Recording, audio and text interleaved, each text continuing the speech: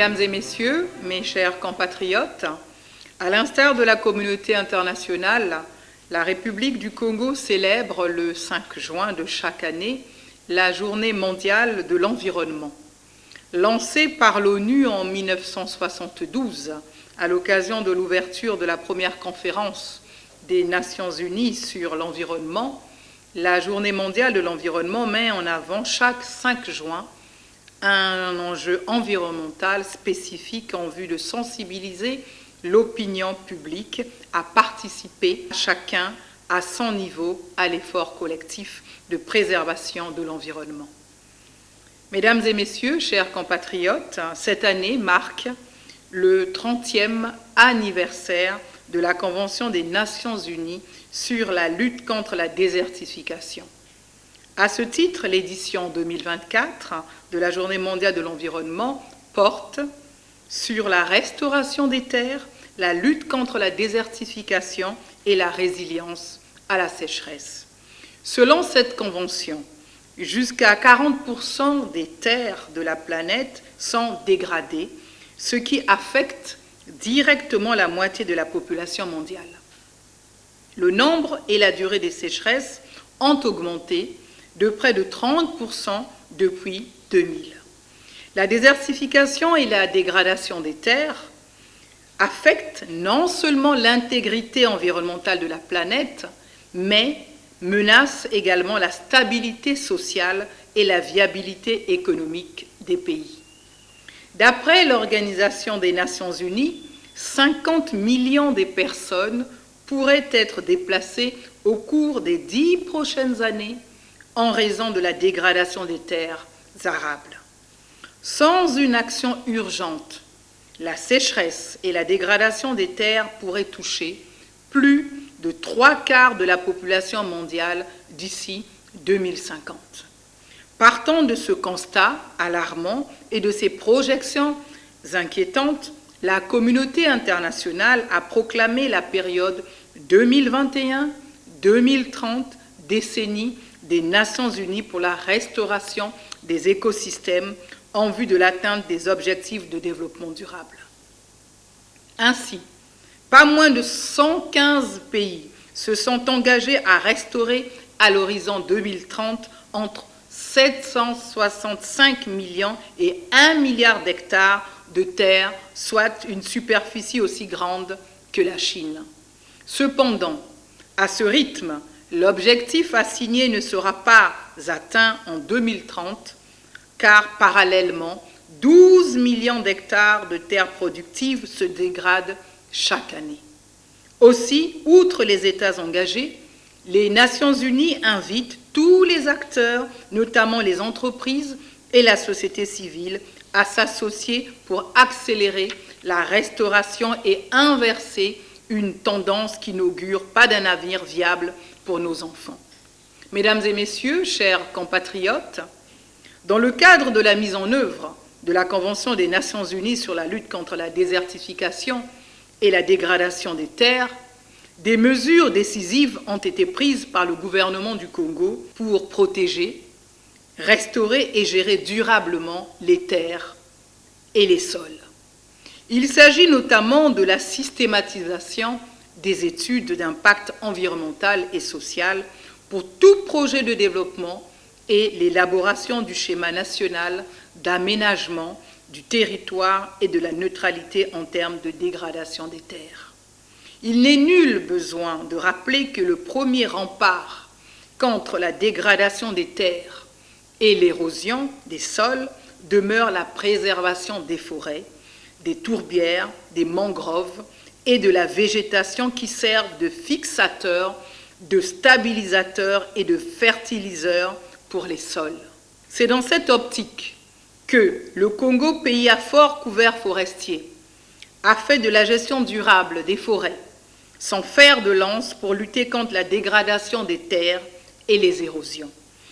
Ces efforts ont conduit à l'aménagement durable de 21 concessions forestières représentant 8 millions d'hectares, la mise sous aménagement de 36 concessions, la certification de 7 concessions forestières, la création de 19 aires protégées et la mise en œuvre depuis 2011 du Programme national d'afforestation et de reboisement. Ces mesures ont permis à notre pays d'enregistrer l'un des taux de déforestation les plus faibles du bassin du Congo et par voie de conséquence de la planète, soit 0,05%. Reste qu'en dépit des engagements pris et des efforts déployés au niveau national, force est de constater que nous ne sommes pas épargnés par la dégradation des terres et les érosions des sols. Ces dernières années, nos principales agglomérations qui concentrent près de 70% de la population congolaise connaissent une situation inédite liée aux érosions hydriques qui entraînent l'effondrement des habitations et des infrastructures entraînant un affaiblissement du tissu social et l'aggravation de la précarité des populations impactées, car ce sont souvent les populations pauvres qui payent le plus lourd tribut en période de catastrophe. Ce phénomène d'érosion n'affecte pas uniquement les zones urbaines au Congo. On assiste ainsi à la détérioration de zones de culture et à la mise à nu des zones minières. Les pluies diluviennes emportent tout sur leur passage, transformant des chemins forestiers en véritables boulevards. Et nous observons de plus en plus l'apparition des lacs artificiels liés au phénomène de dégradation et d'érosion. Cette situation est consécutive à l'exploitation non rationnelle des ressources naturelles liées aux industries extractives et à l'utilisation non durable des ressources biologiques. Il en est de même pour l'exploitation illégale de bois, la recherche du bois énergie et l'agriculture inhérente sur brûlis. Ces activités pratiquées de manière non contrôlée sont considérées comme des facteurs directs de dégradation des terres qui sont parfois irréversibles. Il s'agit donc de repenser notre manière d'occuper et d'utiliser notre milieu naturel. À ce titre, le plan national d'affectation des terres et les documents d'urbanisme sont plus que jamais nécessaires pour la planification territoriale, tant à l'échelle nationale que locale. En effet, une utilisation rationnelle de nos terres et une occupation contrôlée des sols devraient nous épargner bien des risques de catastrophes liées aux érosions, mais aussi l'insécurité alimentaire et la précarité associée à l'appauvrissement et à la dégradation des terres. Mesdames et messieurs, chers compatriotes, je lance un appel pour la mobilisation de tous en vue de la préservation et de la restauration des terres dégradées, ainsi que de la prévention des risques d'érosion. En ligne avec la thématique de l'édition 2024 de la Journée mondiale de l'environnement, je vous invite à contribuer à l'effort de lutte contre les érosions dans les villes et agglomérations en proie à ce phénomène au travers d'opérations de planting. Pour ce faire, je rappelle que les essences privilégiées pour la fixation et la restauration des sols sont notamment le bambou et le vétiver. J'en appelle également à la responsabilité de tous pour mettre fin aux pratiques agricoles destructrices et ravageuses de nos forêts, notamment les feux de brousse ou de savane, ainsi que le déboisement. De la même manière, l'exploitation minière doit impérativement respecter les règles environnementales en limitant son impact sur la qualité des sols et l'état des cours d'eau, ainsi que la loi l'exige.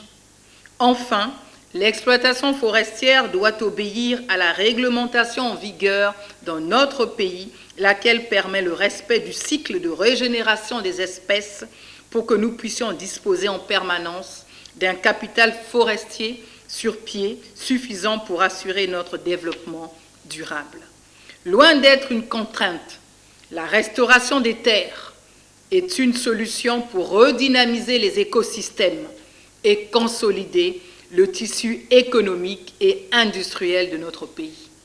Sa mise en œuvre s'avère être une vraie opportunité économique et entrepreneuriale, créatrice d'emplois au travers d'investissements pour la création de pépinières, l'aménagement des sites, la plantation d'arbres, le verdissement des villes et la restauration des sites dégradés. Mesdames et messieurs, chers compatriotes, avant de clore mon propos, je tiens à rendre hommage au président de la République, son Excellence Denis Sassou Nguesso, premier écologiste du bassin du Congo, pour avoir lancé en 2023 l'initiative de la décennie de l'afforestation et du reboisement. Une vision et une anticipation à l'origine du deuxième sommet des 3 bassins des écosystèmes de biodiversité et des forêts tropicales qui s'est tenu ici en octobre 2023 et de la conférence internationale de l'afforestation et le reboisement qui se déroulera dans un mois, toujours ici à Brazzaville. À l'heure où les mots des décideurs coïncident de moins en moins avec la rapidité des bouleversements du monde, l'acuité de la crise climatique et le rythme de l'effondrement du vivant, ces initiatives du chef de l'État s'inscrivent au cœur de la thématique de l'édition 2024 de la Journée mondiale de l'environnement. Vive le Congo vert durable et responsable. Je vous remercie.